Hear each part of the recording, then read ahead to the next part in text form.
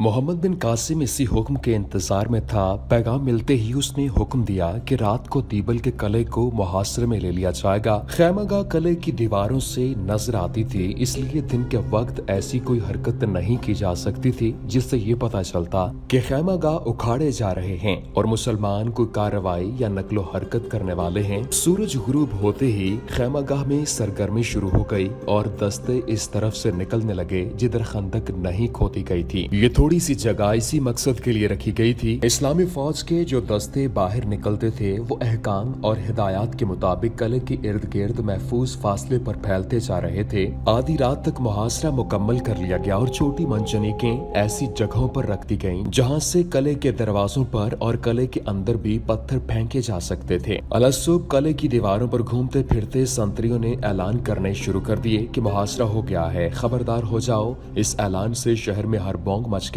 तीरंदाज दीवारों पर आ गए। शहर के जो लोग लड़ने के काबिल थे वो भी फेंकने वाली पर्चियां उठाए दीवार पर पहुंच गए और बाकी जो थे वो भी लड़ने के लिए तैयार हो गए। आप देख रहे हैं डेली जमील सीरीज फातेह सिंध मोहम्मद बिन कासिम सीरीज की ये 20वीं एपिसोड है। मोहम्मद बिन कासिम कले के इर्द गिर्द घोड़ा दौड़ाता फिर रहा था। वो दीवार का कोई नाजुक मुकाम देखने की कोशिश कर रहा था। इस कले में एक सहूलत ये नजर आ रही थी कि इसके इर्द गिर्द खंदक नहीं थी। इससे ये अंदाजा होता था कि कला बहुत मजबूत है। ये तो मोहम्मद बिन कासिम ने भी देख लिया था। कले की दीवार उमूदी नहीं बल्कि जरा ढलानी बनी हुई थी। ऐसी दीवार को बहुत ही खतरनाक समझा जाता था। वो इसलिए कि मुहासरा करने वाले जब दीवार के करीब जाते थे तो दीवार के ऊपर से वो साफ नजर आते थे और बड़ी आसानी से तीरों का या पर्चियों का निशाना बनते थे। ऐसी दीवार में सुरंग भी नहीं खोदी जा सकती थी। मोहम्मद बिन कासिम ने हुक्म दिया कि छोटी मंजनीकों से शहर के अंदर पत्थर फेंके जाएं। इस हुक्म के साथ ही शहर पर संगबारी शुरू हो गई। दीवार पर दुश्मन के जो तीर अंदाज थे उन्होंने बेखौफ खतर तीरों की बौछार मंजनीकों पर फेंकना शुरू कर दी। इनसे मंजनीकों वाले कई सिपाही जख्मी हो गए, इसलिए मंजनीकें पीछे करना पड़ी। इससे ये नुकसान हुआ कि पत्थर शहर के अंदर नहीं जा सकते थे क्योंकि फासला ज्यादा हो गया था। हिंदुओं ने दलेरी का ये मुजाहरा किया कि कले के पहलू वाले एक दो दरवाजे खुलते थे, अंदर से सवार दस्ते सरपट निकलते और मुसलमानों पर हमला करके उसी रफ्तार से कले के अंदर चले जाते थे। मुसलमानों ने इन हमलों का तोड़ किया। कले के बाहर लड़ाइयां हुई, लेकिन हिंदू सवारों का अंदाज ये था कि वो जमकर नहीं लड़ते थे बल्कि शब खून मारने के अंदाज से घोड़े दौड़ाते, जरब लगाते और वापस जाने की कोशिश करते थे। ऐसे हमलों में इनका नुकसान तो होता था, लेकिन वो इस्लामी फौज का भी खासा नुकसान कर जाते थे। मोहम्मद बिन कासिम ने अपने सालारों से कहा कि वो ऐसे जांबाज सवार अलग कर लें जो इस वक्त कले के अंदर जाने की कोशिश करें। जब अंदर का कोई दस्ता बाहर आ जाए, ये तरीका आजमाया गया, लेकिन कले के दरवाजे फौरन बंद हो जाते थे। मुसलमान सवारों और प्यादों ने दुश्मन के बाहर आने वाले दस्तों को घेरे में लेने की भी कोशिश की, लेकिन घेरे में लेने के लिए दीवार के करीब जाना पड़ता था और ऊपर से इन पर तीरों का मी बरसने लगता था। ये खून रेजी कई दिन जारी रही। रात के वक्त कुछ जांबाज आगे दीवार के करीब भेज दिए गए। इनके पास दीवार को तोड़ने और सुरंग खोदने का सामान था, लेकिन वो जख्मी और शहीद होने के सिवा कुछ न कर सके क्योंकि रात को भी दुश्मन के सिपाही दीवार पर चौकस रहते थे। वो ऊपर से तीर भी चलाते और इन जाबाजों पर जलती हुई मशालें भी फेंकते थे। फिर एक तरीका और आजमाया गया। मंजनीकों को आगे किया गया और इनके साथ बहुत से तीर अंदाज भेजे गए। ये तीर अंदाज अपने सामने दीवार के ऊपर बहुत तेजी से तीर चलाते थे ताकि ऊपर वाले तीर अंदाज सर न उठा सकें और मंजनीकों को तीरों का निशाना न बना सकें। इस तरह मंजनीकें शहर पर पत्थर फेंकती रहीं। शहर के अंदर की कैफियत ये हो गई थी कि संगबारी से खौफो खिरास फैलता रहा, लेकिन अंदर की फौज और लड़ने वाले शहरियों के हौसले इतने बुलंद थे कि वो शहर के लोगों का हौसला भी मजबूत करते रहते थे। शहर में बहुत बड़ा मंदिर था जो देओल कहलाता था। इसी के नाम पर इस शहर का नाम देओल रखा गया था जो दीबल बन गया। इसे एक बहुत ऊंचे चबूतरे पर तामीर किया गया था। इसके कई गुम्बद थे जो मस्जिदों के गुम्बदों की तरह गोल नहीं थे बल्कि मखरूती और चौकोर थे। इनके दरमियान एक गुम्बद था जिसकी बुलंदी इतनी ज्यादा थी कि कई मील दूर से नजर आता था। बाज मुअर्रिखों ने इसकी बुलंदी 120 फुट के लगभग लिखी है। इस गुम्बद के ऊपर एक लंबा बांस खड़ा था जिसके साथ सब्ज रंग का बहुत बड़ा झंडा लहराता रहता था। इस झंडे के मुतालिक कई हिकायतें मशहूर थीं, जिनमें एक ये थी कि बहुत दूर से गुजरते हुए मुसाफिर इस झंडे को देख लेते थे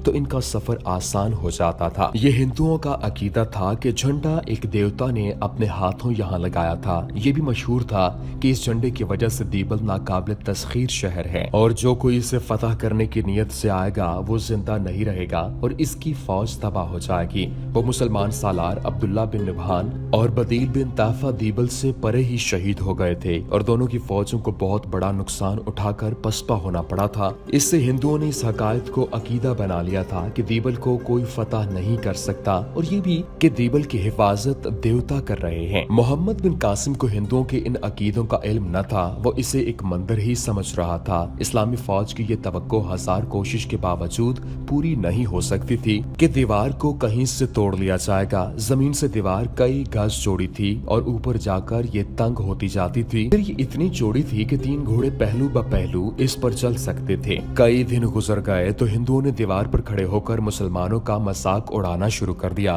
जिधर से आए हो उधर ही चले जाओ। दीवार के ऊपर से एक ललकार सुनाई देने लगी, अपने पहले 2 सालारों की मौत और इनकी फौजों के अंजाम से इबरत हासिल करो। ये देवताओं का शहर है, इनके कहर से बचो। ये ललकार बार बार सुनाई देती थी। मुसलमान मरूब तो ना हुए, लेकिन उन्हें ये ख्याल जरूर आया कि ये कला बहुत बड़ी जानों की कुर्बानी देकर ही सर किया जा सकेगा। रात का वक्त था, डरावना सा सुकूत तारी हो गया था। कोई जख्मी कुराहता था तो सुकूत में जरा सा इर्ताश पैदा होता था और रात फिर खामोश हो जाती थी। उस दौर के रवाज के मुताबिक ओहदेदार और सिपाही अपने बीवी बच्चों को साथ लाए थे। औरतें और बच्चे खैमागाह में थे। औरतें जख्मियों की मरहम पट्टी और तीमारदारी कर रही थीं। दिन के वक्त मुजाहिदीन अपने जख्मी साथियों को मुहासरे से जरा पीछे तक पहुंचा देते और औरतें उन्हें उठाकर खैमागाह में ले जाती थीं। मोहम्मद बिन कासिम ने सालारों को अपने खेमे में बुलाया हुआ था और सब मिलकर कला सर करने का प्लान बना रहे थे। मोहम्मद बिन कासिम का एक मुहाफिज खेमे में दाखिल हुआ।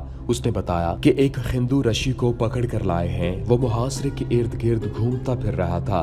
इसे पकड़ा गया तो उसने कहा वो सिपा सालार से मिलना चाहता है, वो जासूस ही हो सकता है। मोहम्मद बिन कासिम ने कहा उसे अंदर ले आओ और तर्जुमान को बुलाओ। खेमे में एक आदमी दाखिल हुआ। इससे पूछो कि ये यहाँ क्या कर रहा था। मोहम्मद बिन कासिम ने तर्जुमान से कहा आप पर अल्लाह की रहमत हो। इस पंडित ने अरबी जुबान में कहा और हंस पड़ा। कहने लगा मैं अरब हूँ और मुझे अपने सरदार हारिस इलाफी ने भेजा है। फिर ये बहरूप क्यों? मोहम्मद बिन कासिम ने पूछा। ये इसलिए कि मैं दिन को सफर पर था, उसने जवाब दिया, और मुझे यहाँ आना था। अगर मैं इस बहरूप के बगैर आता तो दिन को कोई हिंदू मुझे पहचान लेता और राजा ताहर तक ये इत्तला भेज देता कि जिन मुसलमानों को उसने पनाह दे रखी है वो दर पर्दा मोहम्मद बिन कासिम के पास जाते हैं तो राजा हमारे लिए कोई मुश्किल पैदा कर सकता था। कोई पैगाम लाए हो? हाँ सालारे आला, उस आदमी ने कहा। सरदार इलाफी ने कहा है कि मंदिर के ऊपर जो झंडा लहरा रहा है इसे गिराने की कोई तरकीब करें। सुना है आपके पास एक बहुत बड़ी मंजनीक है, उसका फेंका हुआ पत्थर मंदिर के बड़े गुंबद तक पहुंच सकता है, लेकिन गुंबद इतना कच्चा नहीं कि वो 3 पत्थरों से टूट जाएगा। पत्थर फेंकते रहे। वो उठ खड़ा हुआ और बोला मैंने अपना फर्ज अदा कर दिया है। अल्लाह आपको फतह और नुसरत अता फरमाए। मुझे जल्दी चले जाना चाहिए। झंडा गिर पड़ा तो दीबल आपका है। वो खेमे से निकल गया। तारीख सिंध में चचनामा के हवाले से लिखा है कि दीबल शहर से एक ब्राह्मण बाहर आया और उसने मोहम्मद बिन कासिम से कहा कि मंदिर के गुंबद पर पत्थर फेंके जाएं और झंडे को गिराया जाए और इस शहर की फतह का यही राज है। इस रिवायत पर यकीन नहीं किया जा सकता। सोचा भी नहीं जा सकता कि किले के बंद दरवाजों से एक ब्राह्मण बाहर किस तरह आया होगा। दूसरे ये भी गौर तलब है कि एक ब्राह्मण ने अपने मंदिर पर पत्थर फेंकने को क्यों कहा होगा। ब्राह्मण तो मजहब के ठेकेदार थे और वो अपने आप को मजहबी पेशवा कहलाते थे। किसी ब्राह्मण से ये तवक्को नहीं रखी जा सकती थी कि वो मुसलमानों से कहे कि मंदिर को तोड़ दे।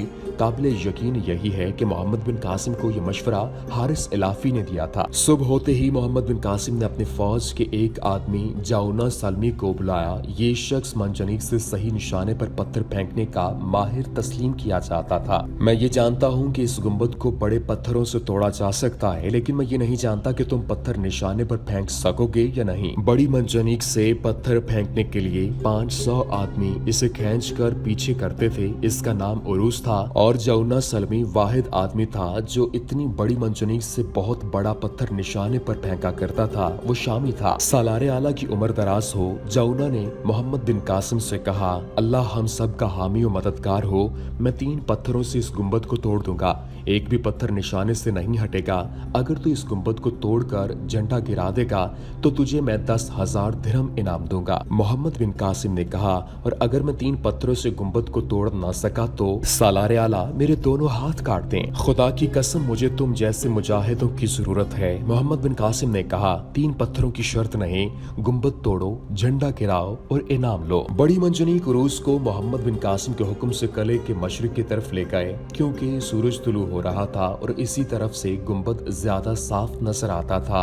बड़े बड़े वजनी पत्थर इकट्ठे कर लिए गए थे। जौना असलमी ने बिस्मिल्लाह पढ़ी और मंजनीक की पोजीशन दुरुस्त की, फासले का अंदाजा किया। फिर उसने मंजनीक के पीछे थोड़ी सी जमीन खुदवाकर मंजनीक को पीछे कराया। पिछला हिस्सा खोदी हुई जगह में उतर गया तो मंजनीक आगे से उठ गई। मंजनीक को इस पोजीशन में वो इसलिए ले आया था कि पत्थर ज्यादा ऊपर और आगे की तरफ दूर तक जाएगा। शाम के रहने वाले इस निशानाबाज को शायद ये अंदाजा नहीं था कि इसके फेंके हुए पत्थर इस मुल्क की तारीख बदल डालेंगे और वक्त का धारा रुख मोड़ डालेगा। इसने पहला पत्थर मंजनीक में रखवाया। इसके इशारे पर 500 के लगभग मुजाहिदीन ने रस्ते खींचे। मंजनीक का पत्थर फेंकने वाला हिस्सा पीछे हटते हटते आखिर हद तक पहुंच गया। जौना असलमी के इशारे पर रस्ते बैक वक्त छोड़ दिए गए। बड़ा ही वजनी पत्थर उड़ा और ऊपर और आगे को उड़ता गया। किले की दीवार से आगे निकल गया और सीधा गुंबद के ऊपर वाले निशाने में लगा। धमाका दूर दूर तक सुनाई दिया। इसके साथ ही मुजाहिदीन ने नारा तकबीर बुलंद किया। जौना असलमी ने दूसरा पत्थर रखवाया। जब ये पत्थर छोड़ा गया तो जौना असलमी ने कहा, गुंबद खड़ा नहीं रह सकता। पत्थर निशाने पर लग गया और ये पत्थर नीचे को आने के बजाय गुंबद में ही गायब हो गया, जैसे उसे गुंबद ने निगल लिया हो। वहाँ बहुत बड़ा सुराख हो गया था। झंडे का बांस झुक गया। तीसरे पत्थर के लिए जौना असलमी ने मंजनीक की पोजीशन जरा सी बदली, पत्थर रखवाया, रस्से खींचे गए और जब रस्से छोड़े गए तो जौना असलमी ने पत्थर की उड़ान देखकर नारा लगाया, झंडा खड़ा नहीं रह सकता। पत्थर पहले पत्थर के बनाए शुगाफ से जरा ऊपर लगा। ये इस मखरूती गुंबद की चोटी थी और उसने बांस को पकड़ रखा था। ये हिस्सा उड़ गया। ये पत्थर भी गुंबद के अंदर चला गया। बांस आहिस्ता आहिस्ता टेढ़ा हुआ और गुंबद के ऊपर गिरा। वहां से फिसलता झंडे को अपने साथ लिए हुए नीचे चला गया। मोहम्मद बिन कासिम के मुजाहिदीन ने जो नारा तकबीर बुलंद किया वो रात की कड़क की मानिंद था। गुंबद पर पहला पत्थर लगा ही था कि शहर के लोग बाहर निकल आए और मंदिर की तरफ उठ दौड़े थे। दूसरा पत्थर गुंबद के अंदर चला गया और गुंबद के पत्थर भी अंदर गिरे तो अंदर जो पंडित और दूसरे लोग इबादत में मसरूफ थे दौड़ते बाहर को आए और जब झंडा गिरा तो लोगों में भगदड़ बपा हो गई। इसके लिए ये कयामत की निशानी थी। औरतों ने रोना और चिल्लाना शुरू कर दिया। किले की फौज ने शहर के दरवाजे खोले और फौज रोके हुए सैलाब की तरह बाहर आ गई। शहर के लोग भी जिंदगी का आखिरी मार्का लड़ने के लिए अपनी फौज के साथ बाहर आ गए और इन सब ने इस्लामी फौज पर हल्ला बोल दिया। मुजाहिदीन आमने सामने की लड़ाई के लिए तैयार थे। हिंदू पागलों की तरह आए थे। इनकी कोई तरतीब नहीं थी। मुजाहिदीन ने पीछे हटकर जवाबी हल्ला बोला तो हिंदू फौज कला के अंदर चली गई और दरवाजे बंद कर दिए। मोहम्मद बिन कासिम ने हुक्म दिया कि तमाम मंजनीकों से शहर पर पत्थर बरसाए जाएं। दीवार के ऊपर एक भी सिपाही नहीं रहा था। झंडा गिरने से वो होशो हवास खो बैठे थे। मुजाहिदीन ने दीवार पर कमंद फेंकी और ऊपर चढ़ने लगे। सबसे पहले जो मुजाहिद दीवार पर चढ़ा उसका नाम आज तक तारीख में महफूज है। वो था सादी बिन खजीमा, वो कूफा का रहने वाला था। दूसरा मुजाहिद जो दीवार पर गया उसका नाम अजल बिन अब्दुल मलिक बिन कैस दीनी था। वो अलजारफ में से था और बसरा का रहने वाला था। शहर पर पत्थर गिर रहे थे। अफरा तफरी मची हुई थी। मुजाहिदीन एक दूसरे के पीछे दीवार चढ़ते जा रहे थे। कई कमंदे फेंकी गई थीं। उन्होंने अंदर से दरवाजे खोल दिए और मोहम्मद बिन कासिम की फौज सैलाब की तरह दरवाजों में दाखिल हुई। पहले अपने कैदियों को देखो। मोहम्मद बिन कासिम ने एक सालार से कहा, अगर वो इसी किले में हैं तो हिंदू इन्हें कत्ल कर देंगे। दीवल की गलियों में खून बहने लगा। किसी पर रहम न करो। मोहम्मद बिन कासिम बड़ी बुलंद आवाज से कह रहा था, ये लोग काबिल रहम नहीं हैं। शहर के लोगों ने और सिपाहियों ने इस्लामी फौज को बहुत ताने दिए थे। दीवार के ऊपर से इनका मजाक उड़ाया था। अब वो मुजाहिदीन की ललकार सुन रहे थे। बुलाओ अपने देवताओं को तुम्हें बचाएं, अपने बुतों से मदद मांगो, कहाँ है देवताओं का कहर। मोहम्मद बिन कासिम अपने मुहाफिजों के साथ कैद खाने की तरफ घोड़ा दौड़ाता जा रहा था। मुहाफिजों ने कले के एक आदमी को राहबर के तौर पर साथ ले लिया था। राहबर का घोड़ा इनके आगे आगे जा रहा था। अरब की फौज शहर में फैल गई। एक मकान से 3 अरबी सिपाही निकले। वो 2 जवान औरतों को घसीट कर ला रहे थे। 2 मकामी आदमी अंदर से निकले और अरबी सिपाहियों के आगे आकर 2 जानू बैठ गए। उन्होंने हाथ जोड़कर सिपाहियों से इल्तिजा की कि वो इन औरतों को न ले जाएं। एक सिपाही ने तलवार निकाली और वार करने को ऊपर उठाई। रुक जा, इस मुसलमान सिपाही को ललकार सुनाई थी। तलवार नीचे कर ले। इसने तलवार नीचे करके इधर देखा। इसका सालारे आला मोहम्मद बिन कासिम आ रहा था। उसी ने उसे ललकारा था। मोहम्मद बिन कासिम ने इन सिपाहियों के करीब जाकर घोड़ा रोका। क्या तुम दोनों अरब हो? हाँ सालार। एक ने ताजीम से कहा, हम अरब हैं। क्या तुम मुसलमान नहीं हो? अल्हम्दुलिल्लाह सालार। अरब दूसरे ने कहा, हम मुसलमान हैं। क्या तुम्हारे खून में फारसियों के खून की मिलावट है या रोमियों के खून की? मोहम्मद बिन कासिम ने कहा, खुदा की कसम, मेरे अल्लाह के रसूल सल्लल्लाहु अलैहि वसल्लम ने निहत्तों पर हाथ नहीं उठाया था। वो गर्ज कर बोला, छोड़ दो इन्हें। मोहम्मद बिन कासिम ने औरतों और इनके आदमियों को इशारा किया कि वो अंदर चली जाएं और वो अपने कासिदों से मुखातिब हुआ जो इसके साथ थे। सारे शहर में घूम जाओ, मोहम्मद बिन कासिम ने कहा, और ऐलान करते जाओ कि सिर्फ फौज के आदमियों को पकड़ो। शहर के लोगों, इनकी औरतों और बच्चों पर हाथ उठाने वाले को सजाए मौत होगी। इस वक्त तारीख इस्लाम का ये कमसिन और बेदार मग्ज सालार बहुत जल्दी में था। जिन कैदियों को वो रिहा कराने का अज़्म लेकर आया था वो खतरे में थे। मोहम्मद बिन कासिम इनके कत्ल से पहले कैद खाने में पहुंच जाने की कोशिश में था। जिस तरह शहर में भगदड़ मच गई थी, ऐसी ही अफरा तफरी कैद खाने के अंदर बपा हो चुकी थी। कैद खाने के चारों तरफ संतरियों की बैठने की जगह बनी हुई थी। संतरियों ने जब देखा कि मंदिर का झंडा गिर रहा है तो वो मचानों से उतर आए और कैद खाने में पागलों की तरह दौड़ते फिरे। देओल गिर रहा है, वो चिल्लाते फिर रहे थे, देओल का कहर आ रहा है। लोग कले से बाहर भाग रहे थे। कयामत जो कैद खाने के बाहर बपा थी वो पत्थरों की ऊंची और मजबूत दीवारों के अंदर भी बपा हो गई। बड़े दरवाजे वाले संतरी ने दरवाजा खोल दिया। कैद खाने के तमाम कैदी निकल भागे। कोठरियों के पीछे जो कैदी बंद थे वो सलाखों के साथ टकराने लगे। वो निकल नहीं सकते थे। बाहर की खबर तहखाने तक भी पहुंच गई। जहां अरब के कैदी बंद थे, सब किबलारू होकर बैठ गए और याद इलाही में मसरूफ हो गए। उन्हें अभी मालूम नहीं था कि मुसलमान फौज इस शहर में दाखिल हो गई है। उन्हें सिर्फ ये एहसास था कि वो कैद खाने में नहीं बल्कि मौत की आगोश में बैठे हैं। सुबह तुलू हुई थी तो वो इसे अपनी जिंदगी की आखिरी सुबह समझते थे। सूरज गुरूब होता था तो वो समझते थे कि इनकी जिंदगी का आखिरी सूरज डूब गया है। वो हर रोज मरते और जिंदा होते थे। उन्हें ये इल्म हो गया था कि अरब की फौज ने शहर का मुहासरा कर लिया है। इबादत तो वो पहले भी करते थे। इबादत के सिवा इनकी और कोई मसरूफियत थी भी नहीं। लेकिन मुहासरे की खबर सुनकर उनका हर लम्हा इबादत और दुआ में गुजरने लगा था। उन्होंने इस्लामी दस्तूर के मुताबिक अपना एक अमीर मुकर्रर कर लिया था। वो उमर बिन अवाना था, शाम का रहने वाला था। जिस रोज बाहर की भगदड़ और नफसा नफसी कैद खाने में पहुंची, उस रोज उमर बिन अवाना ने आदमियों और औरतों को आखिरी पैगाम दिया, इस फैसले का वक्त आ गया है कि हम रिहा होंगे या कत्ल। उसने कहा, दुआ करो अल्लाह कैद खाने की संतरियों से पहले अरब के सिपाहियों को हम तक पहुंचा दे। अगर संतरी तुम्हें बाहर निकालने लगे तो इनसे हथियार छीनने की कोशिश करना। मरना ही है तो लड़ते हुए मरना। अगर हम सबको इकट्ठे निकाला गया तो कैद खाने में ही हम सब इन पर टूट पड़ेंगे। हर वक्त जुबान पर अल्लाह का नाम रखो। फातिह सिंध मोहम्मद बिन कासिम सीरीज का सिलसिला जारी है। इससे आगे क्या हुआ वो आपको अगली एपिसोड में बताएंगे। उम्मीद करते हैं कि आपको हमारी ये वीडियो पसंद आई होगी। वीडियो पसंद आने की सूरत में लाइक कीजिए, शेयर कीजिए और हमारे चैनल को सब्सक्राइब करना मत भूलिएगा। वमा अलैना इल्लल बलागुल मुबीन।